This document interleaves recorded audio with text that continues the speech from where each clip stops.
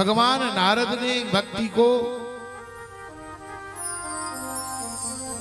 स्वस्थ कर, उसके पुत्रों को स्वस्थ करने के लिए वृंदावन में श्रीमद् ये वेद पुराण और भगवत गीता सुनाए, ज्ञान वैराग्य जागे, पर जमाई लेकर सो जाए। नारद जी बड़े चिंतित हुए, और जब नारद जी चिंतित हुए तो आकाशवाणी हुई कि हे नारद जी महाराज, आप इनके लिए सत्कर्म करो।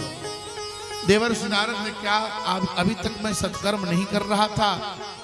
नहीं, सत्कर्म तो कर रहे थे, अभी तक आप कर्म कर रहे थे। बोले सत्कर्म क्या है? का सत्कर्म की परिभाषा साधु लोग बताएंगे। नारद जी वही भक्ति ज्ञान वैराग्य को छोड़कर और सीधे आए, चारों तरफ घूमने लगे तो वहां देखे कि कुछ साधु लोगों का आश्रम है। आश्रम में गए और निवेदन किए, महाराज सत्कर्म क्या है, जरा परिभाषा बताइए। तो लोगों ने कहा महाराज हमको तो पता नहीं है, आपका प्रश्न बड़ा टेढ़ा है। कितने लोग मौनी बाबा हो गए, कितने आश्रम छोड़कर भाग गए, नारद जी के प्रश्नों का समाधान नहीं मिला। तब नारद जी बड़े दुखी हुए और देवर्षि नारद महाराज आए सीधे बद्रिकाश्रम, बद्रीनाथ धाम। हमारे यहाँ कहते जो जाए बद्री वो न आवे उद्री, और यदि आवे उद्री तो कबहू न हो दरिद्री। उसका नाम है बदरीनाथ। बदरी कहते हैं बैर को। वहां भगवान बद्रीनाथ नर नारायण के रूप में विराजमान है। भगवान बद्रीनाथ के धाम में आए और देवर्षि नारद ने सोचा कि मैं तप करूंगा और भगवान को प्रसन्न कर पूछूंगा कि भगवान यह बताइए कि सत्कर्म क्या है। ऐसा सोच ही रहे थे, उसी समय सनक सनंदन सनातन शरद कुमार, ये चारों भाई जो ब्रह्मा के बड़े बेटे हैं, नारद जी के बड़े भाई हैं, उन चारों का दर्शन हो गया। नारद जी महाराज ने चारों को प्रणाम किया। चारों भाइयों ने पूछा नारद इतने दुखी क्यों? नारद जी ने सारी कथा बता दिया।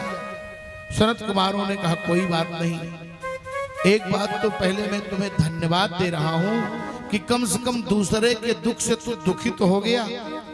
आजकल समाज में लोग अपने दुख से कम दुखी हैं, दूसरे के सुख से ज्यादा दुखी। देवर्षि नारद ने कहा भगवान मैंने भक्ति के पुत्रों को जगाने के लिए सारा उपाय कर लिया, पर वो जगे नहीं। तब सनत कुमारों ने कहा अहो नारद धन्योसि विरक्ता नाम शिरोमणि सदा श्री कृष्ण दासानाम अग्रणी योग भास्कर। नारद जी आप भगवान के भक्तों में श्रेष्ठ हो, लेकिन एक बात सुन लो, सत्कर्म है भागवत की कथा। सत्कर्म सूचको नूनम ज्ञान यज्ञ स्मृतो बुधैः श्रीमद्भागवतालापः सत्कादिभिः। सत्कर्म है श्रीमद् भागवत की कथा। नारद जी ने थोड़ा तर्क किया। अच्छा आजकल ज्यादा पढ़े लिखे लोग ना हर बात में तर्क करते हैं, लेकिन कुछ चीजें ऐसी होती हैं जो तर्क से सिद्ध नहीं होती है, उसको विश्वास से स्वीकार कर लेना चाहिए। नारद जी ने कहा जो काम वेद से नहीं हुआ, पुराण से नहीं हुआ, उपनिषद से नहीं हुआ, वो भागवत से कैसे होगा? क्योंकि भागवत में वेद की व्याख्या है। चैतन्य महाप्रभु से कहा गया कि आप भागवत पर भाष्य लिखिए, वेद पर भाष्य लिखिए। तो चैतन्य महाप्रभु ने हाथ जोड़ लिया, उन्होंने कहा नहीं नहीं, वेद का भाष्य है श्रीमद् भागवत।